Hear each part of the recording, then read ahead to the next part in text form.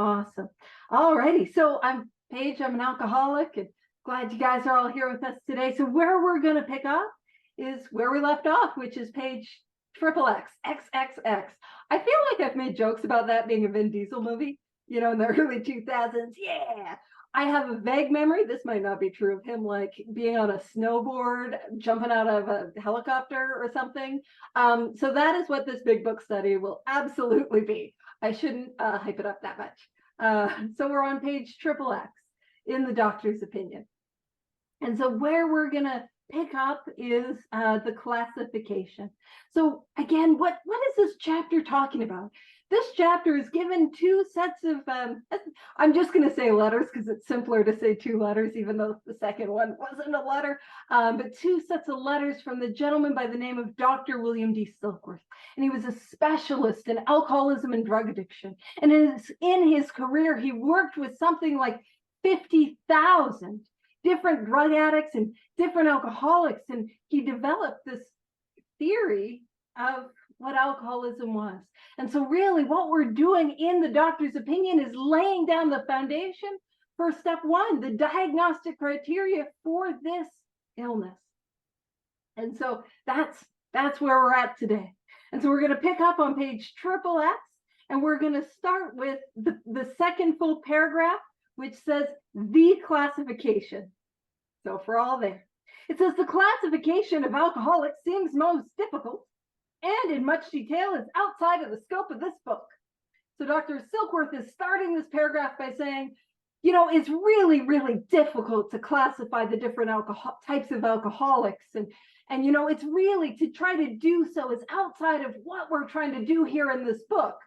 But then he goes and does it anyway, which I just love. Dr. Silkworth, non-alcoholic, but it sounds a little, like, hey, let me tell you why I ought not do this, and then I'll go do it. Sounds like me. All right. And so this is the first type. And what we're going to do is we're going to read these types, but we're going to lay aside some judgment. We're going to lay aside some old ideas, because we're going to see some words that might be like, oh, hold on, what are you talking about there? And we're going to see if we relate to as many of these as we possibly can. So this is the first type. And if you're making a note in your book, you can put a little 1 just so you're able to find it. It says there are, of course, the psychopaths. When I would read that, I'd be like, whoa. Let's just set that word to the side for a second. Don't you worry. We're going to come back to it. Who are emotionally unstable. Ooh, emotionally unstable sounds a little bit more like me. And it says we're all familiar with this type.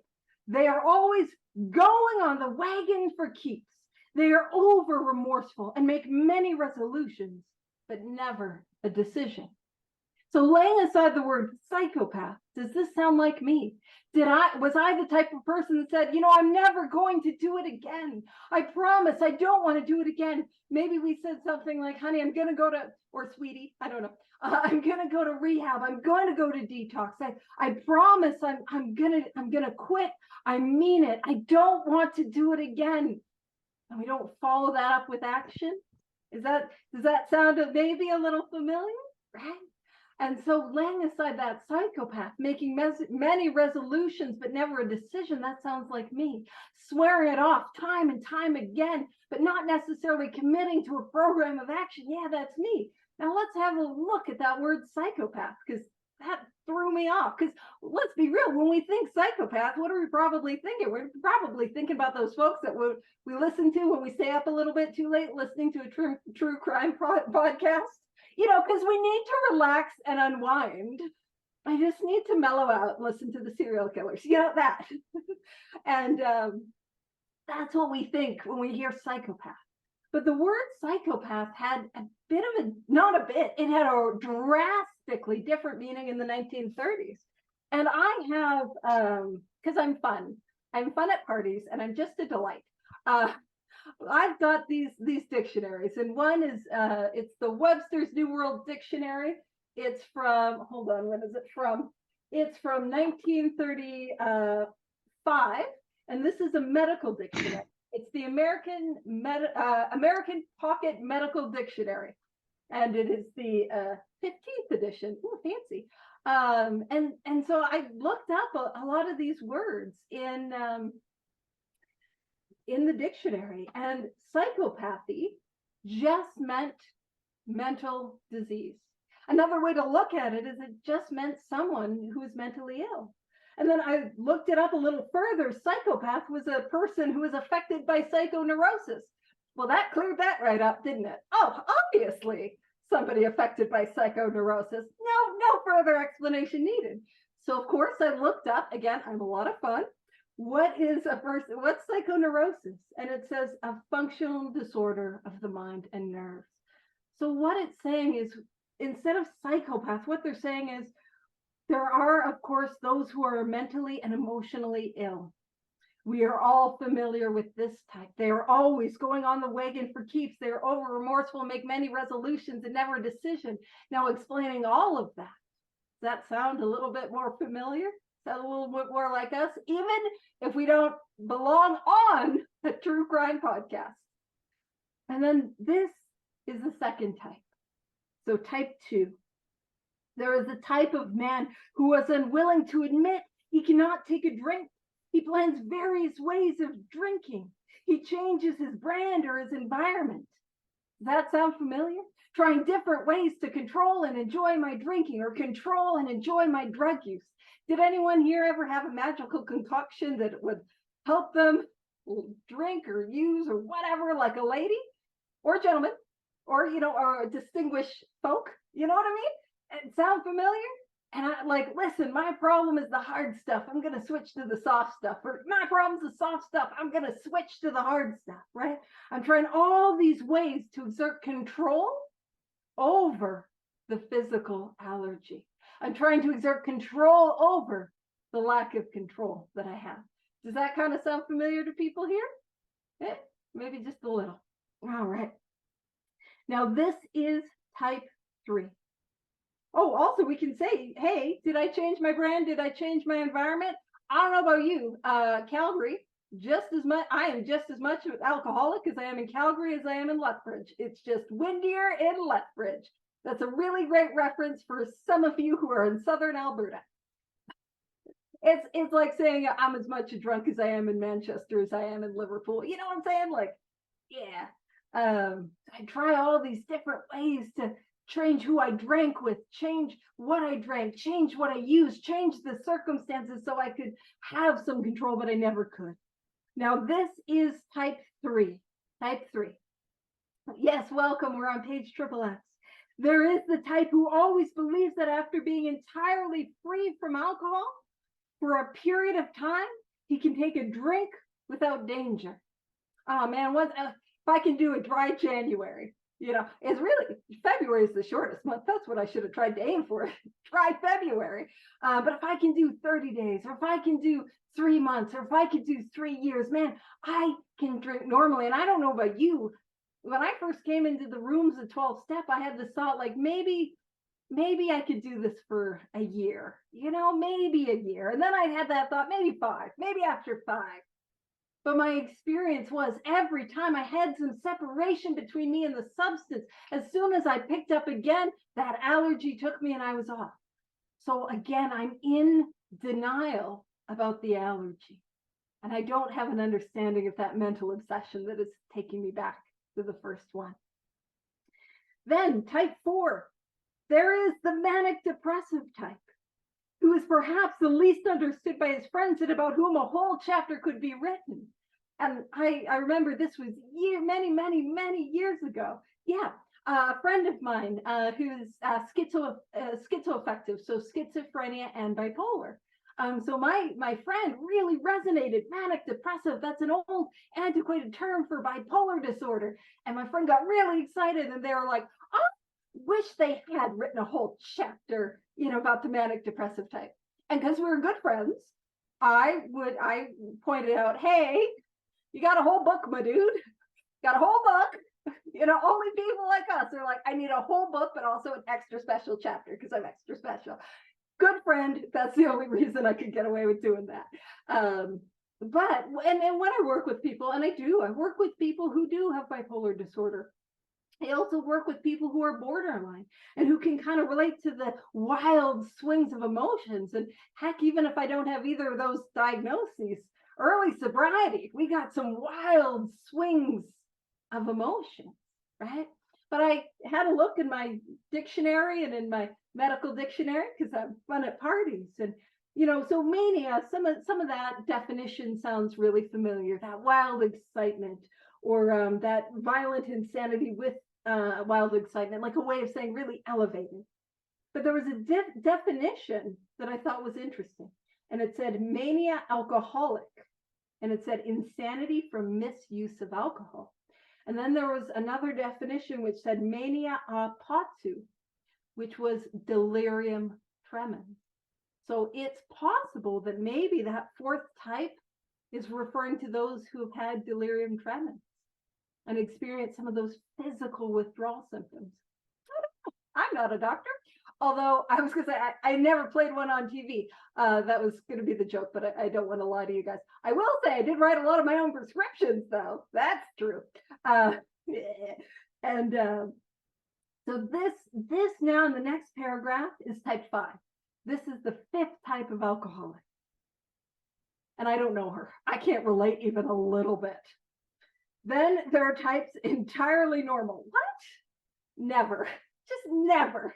Except entirely normal in every respect, except in the effect that alcohol has upon them. They are often able, intelligent, friendly people. I can't relate even a little bit, but I do relate to the idea of the effect that is produced by alcohol, the effect that happens to me as an alcoholic, which is different to non-alcoholic people. And yeah, you can see there's type 6, the neurotic.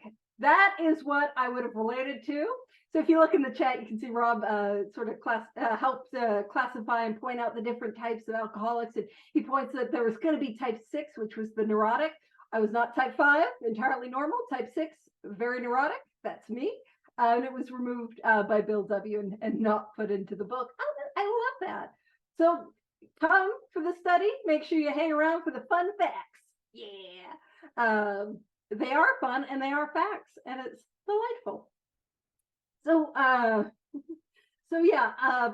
oftentimes when I read the type 5, I often think, and maybe this is just my projection, but you almost think it's kind of meeting people where they're at. You know, that person who's in the book and they're like, no, I'm not like that. No, I'm not like that. I'm not like you guys. No, I'm entirely normal. And what about the type that's entirely normal, except for the effect that alcohol has upon them? And I love that way of looking at it.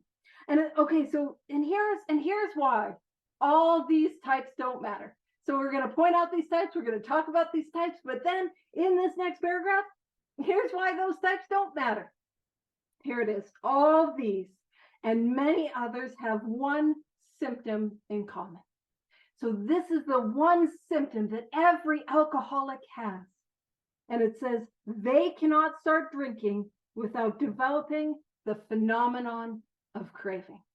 This is what we're talking about. So it doesn't matter if I don't relate to being type 5, or if I don't quite relate to being type 4, but I can maybe see myself in being type 1 or type 2. And let me tell you, the longer I've been sober, the more I see myself in this book. But what we're talking about there absolutely is the phenomenon of craving, what's known as our physical allergy. And it says the phenomenon, as we have suggested, may be the manifestation of an allergy, which differentiates these people and sets them apart as a distinct entity. And Rob's got the definitions for us. So that allergy or that phenomenon is an experience, and it's something that's rare, like it's not common, and a phenomenon, just for my sort of how I see it, it's almost not quite explainable, like what's going on. But the word allergy, so for those that are new to this study, or maybe new to hearing this idea of having an allergy, like what are we talking about? Well, an allergy is simply an abnormal reaction, a reaction that happens on a physiological level, a physical level, which does not happen to normal people. And of course, I looked up allergy and in my old-timey dictionaries, and an allergy was a hypersensitivity. So a sensitive, and there's another medical, Stedman's So Stedman's is a hypersensitivity of the body's cells to a specific substance that results in various types of reactions. And even in this medical pocket dictionary, it's talking about a hypersensitivity to something that is induced or not induced, brought in like an allergen. And so we spoke about the allergy a couple weeks ago, and we spoke about it last week, but what are we talking about? What happens to me as an alcoholic? What happens to me as an addict that does not happen to normal people? Well, what happens to me is I take a drink of alcohol. And of course, I just share about this because this doesn't seem to happen to those normal folks either. But what happens to me is this. Oh, peace, ease, comfort, whoo, serenity. It's like a new world comes into view. That's what happens to me. Now, I'll be honest with you guys, if that's the only abnormal thing, I mean, that's not really a problem. It's allergy, whatever. But you see, what happens for me is I start to drink, or whatever brings you to this all-inclusive study, right? I start to drink and I need more. And the more that I drink, the more that I need to drink. And you see, I can't control the amount that I take. I talk about that. I drink and it's like I get thirstier. And I make that joke. I don't do that with any other beverage. You know what I mean? I start my day with the tea, and I don't go on a 3-day tea bender. You know what I'm saying? I'm not at the end of like drinking all the tea at the house and like going in the pantry and snorting the chamomile because I gotta have some. You know what I mean? It'll work. You know, I don't do that. And that's abnormal, right? And those who have been coming a while, you know my Red Lobster metaphor, abnormal. You know what I'm saying? So it's a reaction that other people do not have. And you see, a non-alcoholic has never experienced that. They've never experienced that once they start and it takes over and they need more. You know, we were talking about previously strawberry milk alcohol, and I won't break it all down. But you know, if I was allergic to strawberries and I have a little bit of strawberries, my allergy to strawberries would manifest itself as a rash or hives. I'd get a negative reaction, a rash or hives. Now, if I have a whole bushel of strawberries and I'm allergic, I'm going to have a huge rash. I'm going to be covered in hives. So it makes sense if I have a little bit of alcohol and have a little bit of this reaction that tells me I need more. And if I have a whole lot of alcohol, that reaction that tells me I need more, that phenomenon of craving is going to be louder. And that explains why at the end of a night, the end of a spree, end of the run, I needed that next drink far more than I needed that first. I drink and I get thirstier. And it's talking about, sets them apart as a distinct entity. Non-alcoholics might go out and have a couple drinks. They might intentionally go out and get drunk, but they don't know what it's like for the drink to take them. They don't know what it's like to have the physical allergy. But if I have any experiences of the physical allergy, welcome, I'm glad you're here. If I have any experiences of the phenomenon of craving, I very likely have this illness. And it says it has never been by any treatment with which we're familiar, permanently eradicated. Eradicated, removed, completely gone, no longer there. We don't have a way, and we don't have a way in 2023. I said that with a little bit more confidence than I should have, because I'm like, oh my gosh, is it 2024? What year am I in? Where am I? Don't worry, everything's fine. 2023. I'll keep coming back. I hope you guys do. But it's 2020. It's 2023. And we still don't have a way to get rid of the physical allergy. If I've got this abnormal reaction, I've got this abnormal reaction. I've got it.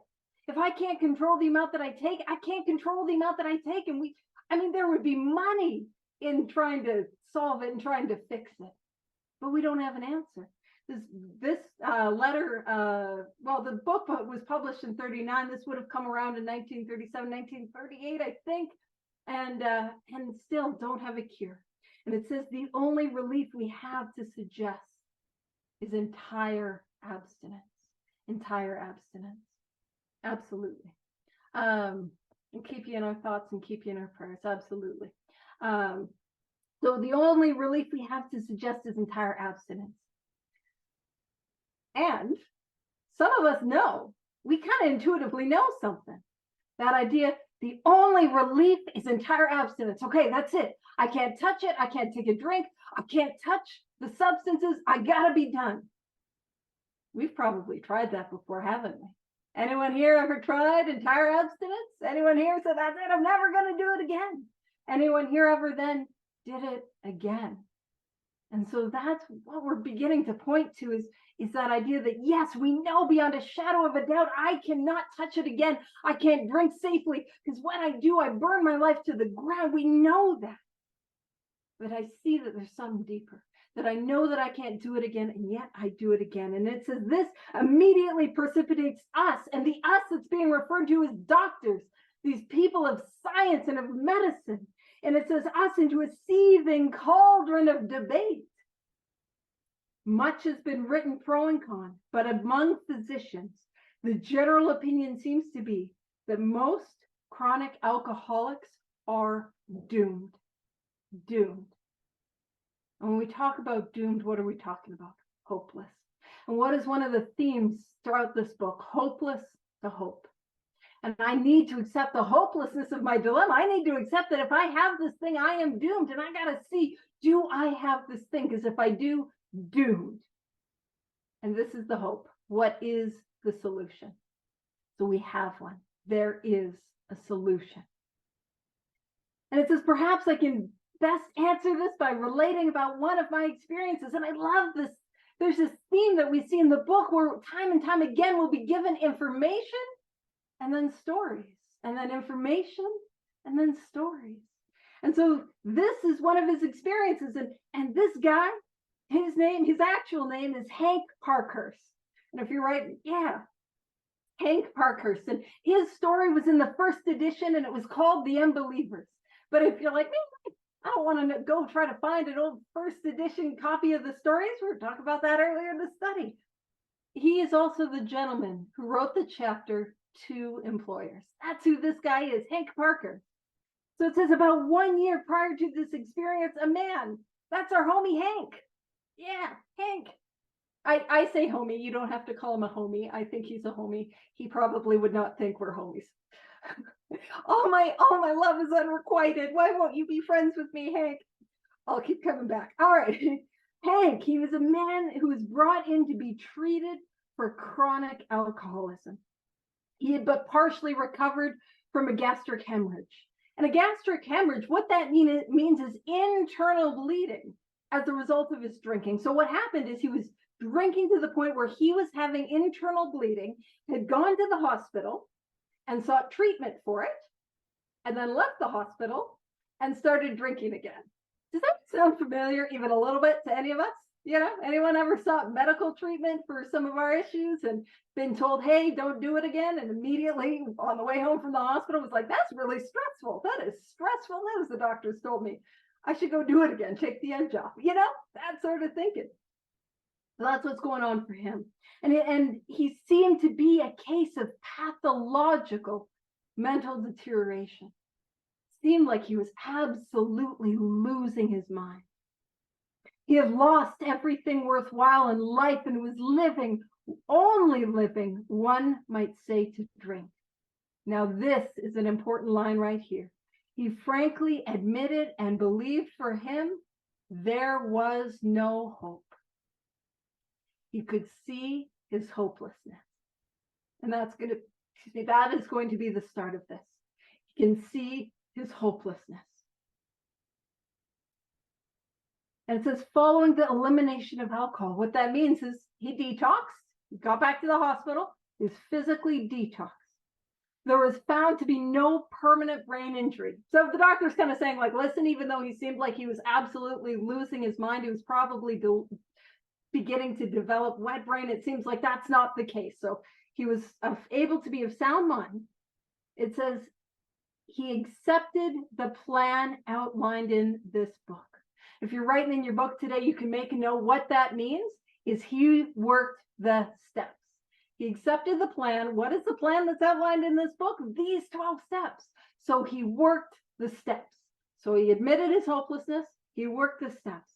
And now what we're going to see is a description of what the spiritual experience, the spiritual awakening, our solution is and kind of what it looks like from the doctor's perspective. So this is going to be the doctor saying, like, this is what a spiritual awakening or a spiritual experience looks like. And so it says 1 year later. Now, I want to point out, it did not take him a year to work the steps. He didn't take a year to do that.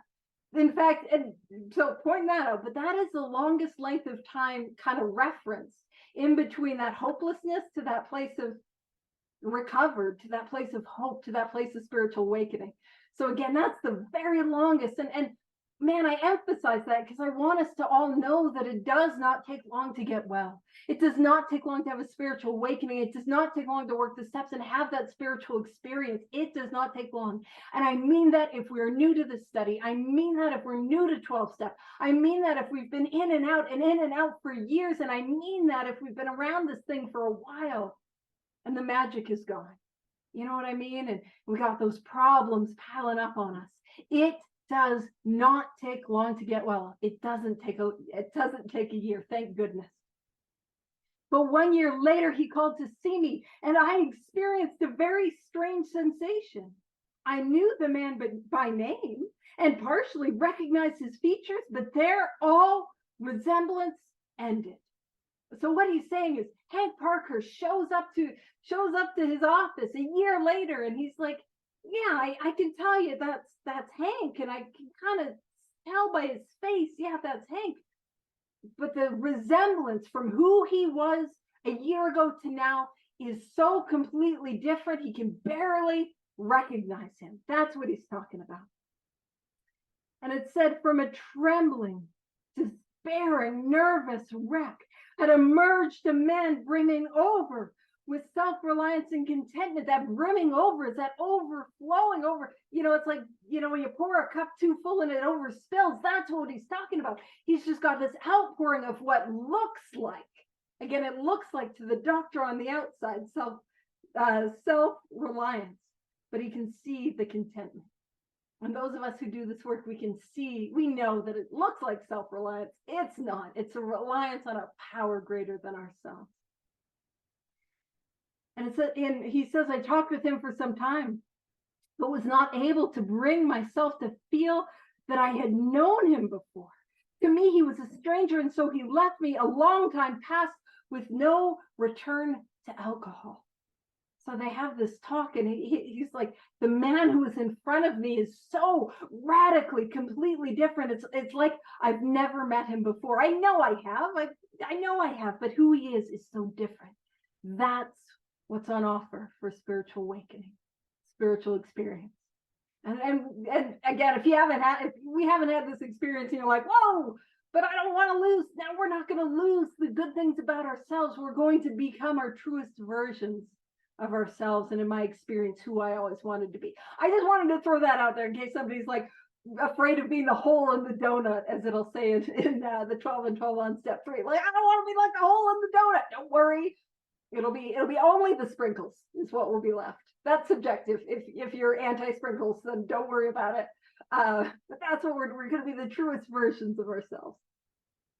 And so this is another example. Yeah, and he's my homie, and I love him genuinely so much. His name is Fitz Mayo, Fitzmayo, and his story is in our book, and it's called Our Southern Friend. And I love Fitz Mayo because he was the first guy in this book that I could ever see myself in, and I could relate my story to his. And that's saying something, because I showed up here with buckets of denial. But it says, when I need a mental uplift, I often think of another case brought in by a physician prominent in New York. The patient had made his own diagnosis and deciding his situation hopeless. So we can make a little note of that. We can highlight or underline or put in our book. Just like Hank, Fitz could see that he was hopeless. He had come to the end of himself. Now, what did Fitz do? It says he had hidden in a deserted barn, determined to die. And if you're wondering what page that happens on, like if you want to read more about that, that happens on page 213. You can just make a little note if you want to reference it later. And the reason I have such an affinity for Fitz and such a love for Fitz is because I did something similar when I was in the depths of my addiction. This is only going to be helpful geographically for those who live in Calgary. But I was living on the streets at that time. That doesn't make me an alcoholic. That doesn't make me an addict. That makes me a terrible roommate. But I was living on the streets at that time, and I had walked. I spent all night walking from the drop-in center all the way up near the Calgary airport. So just think of like any major city, and I walked from right downtown to the outskirts of that city, and I did that all night. And I crashed behind this fence near this dumpster. And I remember I didn't have any food, I didn't want any water, and I slept for so I slept all that next day, that night, the next day, and the next night, and on that third night, as the Calgarians know, the temperature took a bit of a plummet, and it over the course of that night, I should have looked this up in Fahrenheit, but we went from about 1 to 2 degrees Celsius to about minus 30 Fahrenheit, or not Fahrenheit, Celsius. I didn't do the math. And I was, sleeping outside, and it's just one of those things. I just remembered that, like walking out to the middle of nowhere. I was looking for attention. I wasn't determined to die, but I remember so many times in my life that determined to die, didn't want to be here anymore, and that hopelessness. And behind that dumpster, experiencing that. And then my little self-centered little brain was like, hey, I could get a searching party. They didn't, but don't worry, I was able to make a call. But it's just one of those that reminders of seconds and inches, and we're going to talk about that later in when we get to step 2. But for me, it's that reminder. If I'm struggling with the belief of a power greater than myself, I can look at my own life. And do we have those experiences where it's like, man, I should not be alive today.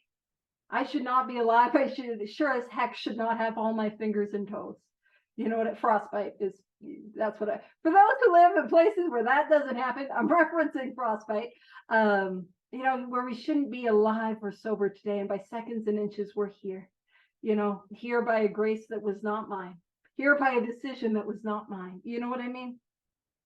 But he made it. He was hopeless, and that's what matters. Hopeless. He had hid in a deserted barn, determined to die. He was rescued by a searching party and in desperate condition brought to me. Following his physical rehabilitation, that's his detox. So they detoxed him. They got all the alcohol out of his system.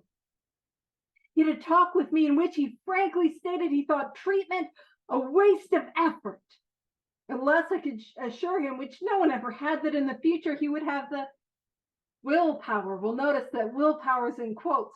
Bunny ears, if you want to be really technical and literary with it. I'm kidding. I'm sure there are people that are going to be so annoyed I call it bunny ears, but in quotes, to resist the impulse to drink. And the reason that willpower is in quotes is because, man, when it comes to not taking that first one, my willpower has no effect, even though it has effect in all these other areas of my life. When it comes to not taking that first drink, or somebody like me not taking that first drug, or whatever brings you to this all-inclusive study, my willpower has no effect. And then it says his alcoholic problem was so complex, his depression so great. And I always like to point to Fitz when I'm working with people who are like, Paige, you don't understand. My problem is so complicated. My depression's so great. You don't understand. And I'm like, maybe not, but Fitz does. Fitz gotcha. You know what I mean? Our homie Fitz. I'm just forcing friendship on all of these long dead co-founder guys. Fitz, my homie Fitz. But Fitz does. If I think I'm different, man, Fitz has been there. And it says we felt his only hope would be through what we then called moral psychology. And as Rob will put in the chat, moral psychology is this branch of philosophy that contemplates what is right and wrong, and it explores the nature of morality and examines how people should live their lives in relation to others. But what are we talking about here? The 12 steps. They thought, he's Fitz Mayo, he's one of those real bad cases. We should throw the 12, what was then called moral psychology, the 12 steps. We should throw the 12 steps at him. And we doubted it, if even that would have any effect. Man, they thought he was beyond hope. They thought he was the hopeless of the hopeless. And man, let him try this 12-step stuff and see what happens. And then it says however, he did become sold on the ideas contained in this book. What that means is he did the steps. So just like Hank, hopeless, then detox, then work the steps. Awesome, welcome. Yeah, and that's what matters. Hopeless, then the steps. And then it says and this is what a spiritual awakening looks like. Again, another description of a spiritual awakening. He has not had a drink for a great many years. That permanent sobriety. And I see him now and then, and he is as fine a specimen of manhood as one could wish to meet. Another description of the spiritual awakening, becoming that fine specimen of humanity, being that person we always wanted to be. We always hoped we could be the best, most truest versions of ourselves. And I love this because Dr. Silkworth, he spent a lot of time in this part of the book trying to avoid saying prayer, trying to avoid saying God, trying to skirt around the issue, but he's going to slam it home at the end. I earnestly advise every alcoholic to read this book through. And though perhaps he came to scoff is that, just skeptical. No, this isn't for me. No. He may remain to pray. William D. Silkworth, MD. And so real quickly, before we rock and roll into Bill's story, because we might as well, we got 20 minutes left. What I want to do is I just want to do a quick review of the cycle of alcoholism. And the reason I want to do that quick review is because as we go through Bill's story, and then later on as we go through There Is a Solution, we're going to see some stories there, and we're going to see a whole bunch of stories and more about alcoholism. We want to see the stories through the lens of the cycle, and really through what this illness is. And so if you want to follow along, and I promise I'll do it quickly. It's on the doctor's opinion. It's on page XXVIII. It starts with men and women drink. And where we pick up when we're coming up with examples from our own life of the cycle is we come to that point of never again. Time in our life when I said, that is it. I'm never going to drink again. I'm never going to do it again. And that's usually a definite time that we can remember. Going to detox, going to treatment, going to 12-step fellowship, going to rehab, going to court, getting out of jail, getting out of the hospital. And sometimes early in our drinking and or using careers, that's a softer swearing off. We said, that's it. I'm not going to drink at the baby shower, or I'm not going to drink and drive. Or we're swearing off, I'm not going to drink tequila, or whatever it is. It's that softer swearing off. And we can use that for examples, but at some point we all reach that I'm never going to drink again and it not work. Otherwise we wouldn't be here. And we say, that's it, I'm never going to drink again. And what we're thrust into is sobriety. And I experienced that restless, irritable discontent, that spiritual malady, that conscious separation from God. And that spiritual malady is not limited to alcoholics. It's something that human beings can experience. But the problem is, if that is untreated for me, I will get a thought. And that thought happens in my mind. And that thought happens when I'm as sober as I am today. And that thought sounds like a good idea, but that thought is a lie. And that's our mental obsession, that inability to differentiate the true from the false. What that looks like is when I'm as sober as I am today and my illness is untreated, it looks like this time will be different. It looks like nobody will ever know. It looks like I'll go out for 3 drinks, or I'll go out for 3 days. I got to get it out of my system. I'm going to kill myself anyways. If you went through what I went through, you drink too. And I take that first drink. I believe the lie, take that first drink, and what do I get? That ease and comfort. But it sets off the phenomenon of craving, that physical allergy, that thing inside of me that tells me more. And the more that I drink, the more I need to drink, the more that I need that next drink. And I go on a spree, and that spree is any length of time that I'm drinking. It's a day, it's a week, it's a month, it's years. And at some point, that spree becomes arrested. I always make the joke sometimes because I've been arrested. And I come too filled with that guilt, that shame, that remorse, that regret, that never again. I'm never going to do it again. And I go through the cycle again and again and again. And we're going to really focus in on the mental obsession and the physical allergy. And as we kind of get into Bill's story, what we're going to see at first is we're going to see some early symptoms of that physical allergy. And then we're going to see him later on in the next few weeks go through the full cycle a number of times. And I wanted to have a quick run through of that. just for those that were new, just for those who hadn't come, just for those who hadn't seen it. And how do we get off the cycle? Well, the way to get off is to have a spiritual awakening, a spiritual experience, an entire psychic change. And how I have that is the 12 steps. So that makes it really clear what my problem is, what my solution is, and how I access that solution, how I get from the problem to the solution. And hopefully that makes sense for everyone. And I can always throw that in the chat later, and I always pop it in the WhatsApp. And if there's anyone that wants it, more than happy to help. So let's pop over to page 1. And what we're going to read is Bill's story. And if you guys remember Bill, he's our intrepid hero, also known as my homie. Just Paige making friends with people. He's my homie that he was the first person in history to have the 3 pieces of information: to know what the problem was, to know what the solution was, and to know how to access the solution. And so that's welcome. We're just on page 1. And so that's who Bill is. And he's the co-founder of Alcoholics Anonymous. And he's the guy. I mean, he had a little bit of help and lots of help from God, but primarily the main author of this book. And so we'll get into his story. And so it starts with war fever ran high. And the war we're talking about is World War I. It's important to conceptualize that because, man, I didn't know really what we were talking about. World War I. And World War I, if you're one of those people that really enjoys timelines, I got you. If you hate timelines and can't stand dates, just tune me out for a little bit. Tune me out consistently. I make the joke. I know my sponsors do. I'm kidding. They're wonderful. I love them. But the World War I lasted from 1914 to 1918, just so you're kind of able to put it into context and into history. So war fever ran high in the New England town to which we new young officers from Plattsburgh were assigned. Plattsburgh's just the city in New York. And, the war is raging and we're kind of nearing the end of the war. And he's joined the army. Bill Wilson, he's joined the army. And it's this moment of excitement and they're training. And he says he was flattered when the first citizens took us to their homes, making us feel heroic. There was love, applause, war, moments sublime, with intervals hilarious. He's training for the army and it's magical. It's exciting. He's in boot camp.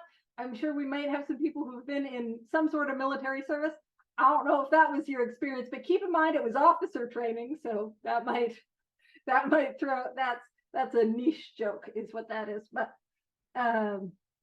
it says, I was part of life at last. And what does that tell us? Well, for me, that points a little to his spiritual malady. That's conscious separation from power greater than himself, that pain that he feels.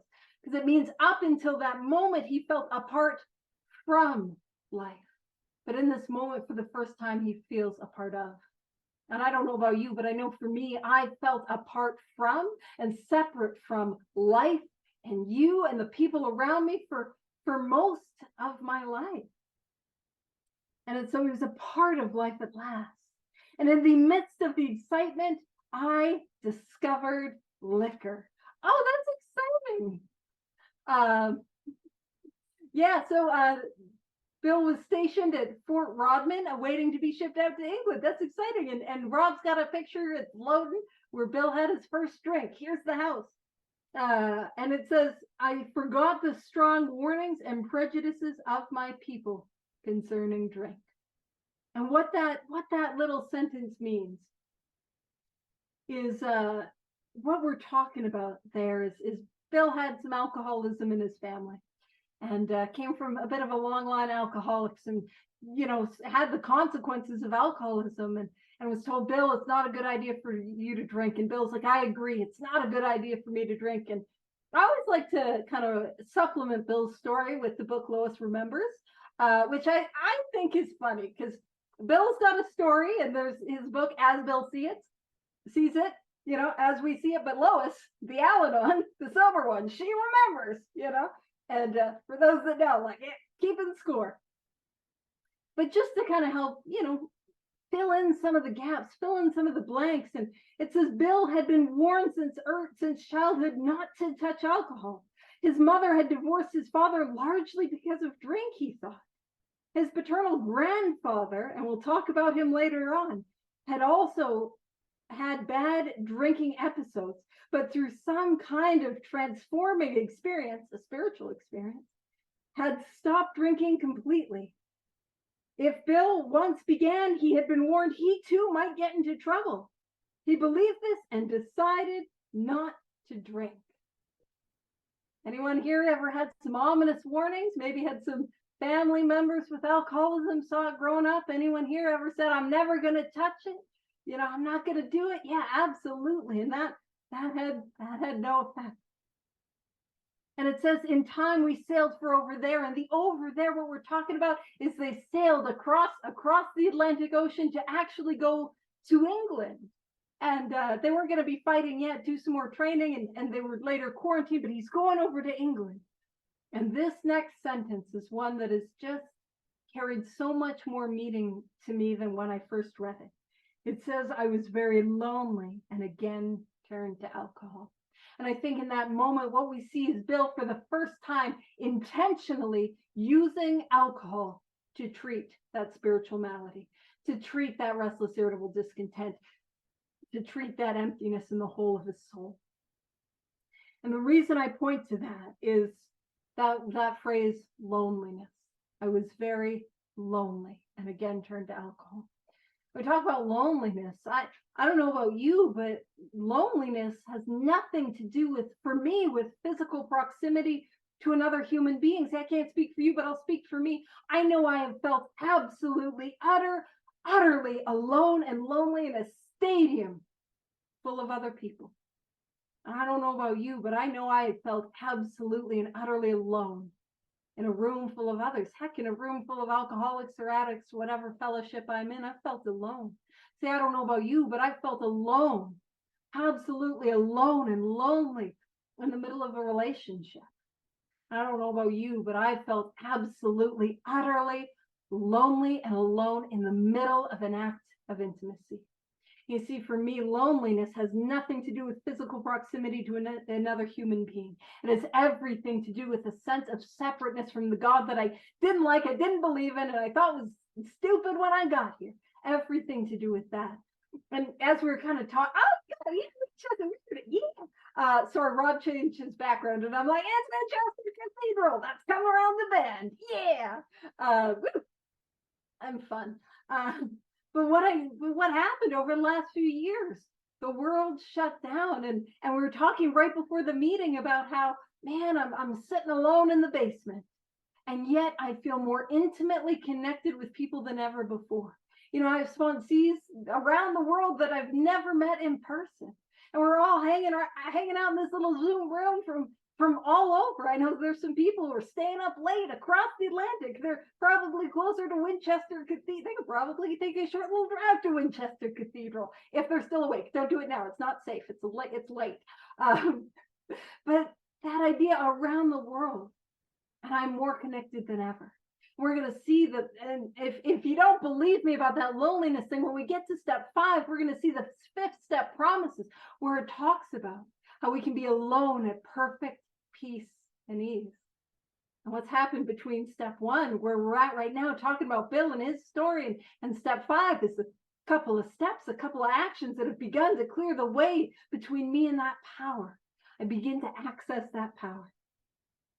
So we landed in England.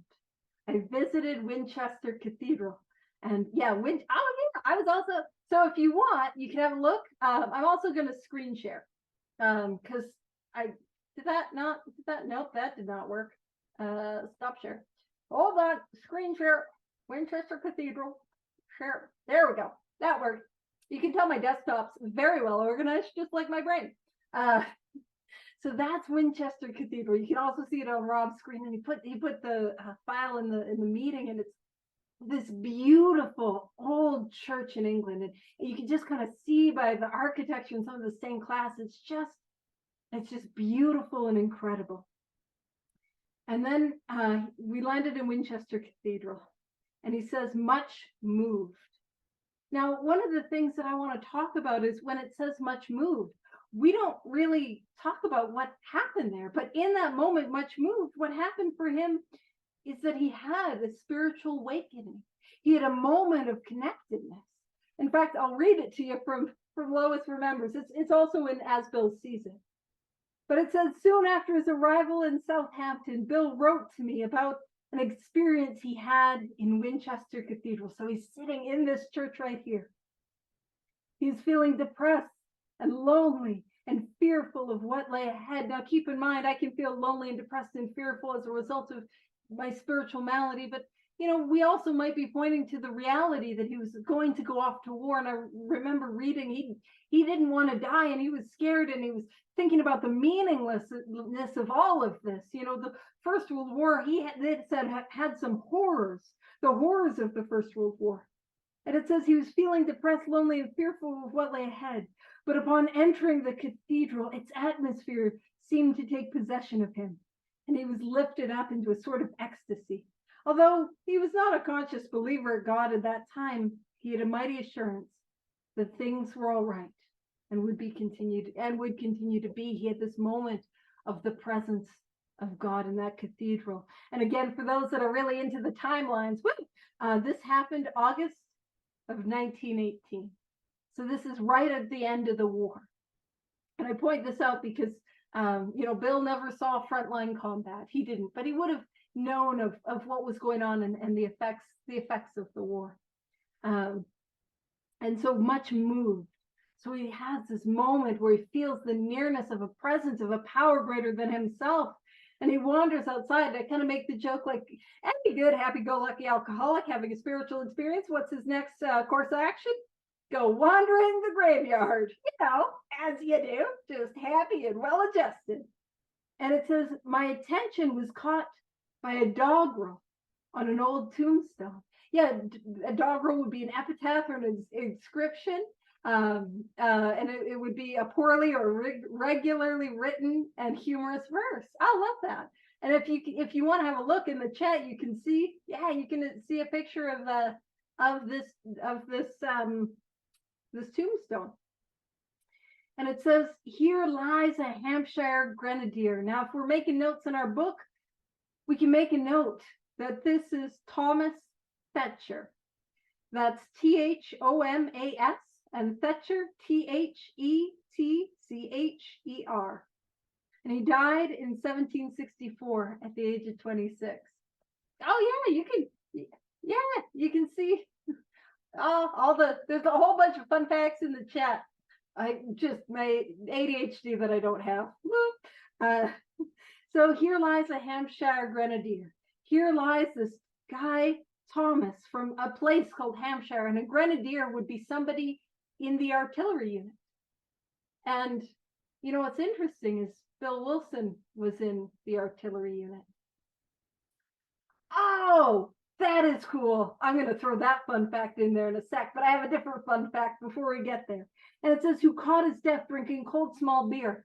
And how Bill Wilson is reading the tombstone, not necessarily what it's saying, but how Bill Wilson is reading it, because that's what matters. Wilson reads the tombstone here's this gentleman who died of alcoholism. 27. He was 27 or 26. I have 26. My math can be wrong. I'm frequently wrong. My sponsor tells me that. Who caught his death drinking cold small beer, 26, died of alcoholism. And it says, a good soldier is ne'er forgot. We don't forget a good soldier, whether he dieth by musket, as in on the battlefield, or by pot. And that pot was that unit of alcohol. And so in that moment, there's all these different, tombstones. Why might this tombstone, he saw it August 1918. Why might this tombstone stand out to him? Well, he had a lifelong friend by the name of Abby Thatcher. And he's like, I wonder if this guy's related to my friend Abby Thatcher. And we're going to see, we got everyone's pictures of Winchester Cathedral. It's great. But it was this ominous warning. And then it says, which he failed to heed. That means that ominous warning that he didn't listen to. And I don't know about you, but I had all these ominous warnings about why it might not be a good idea for me to drink, why it might not be a good idea for me to not do the things that I was doing. And I promptly ignored those and dove right in. You know what I'm saying?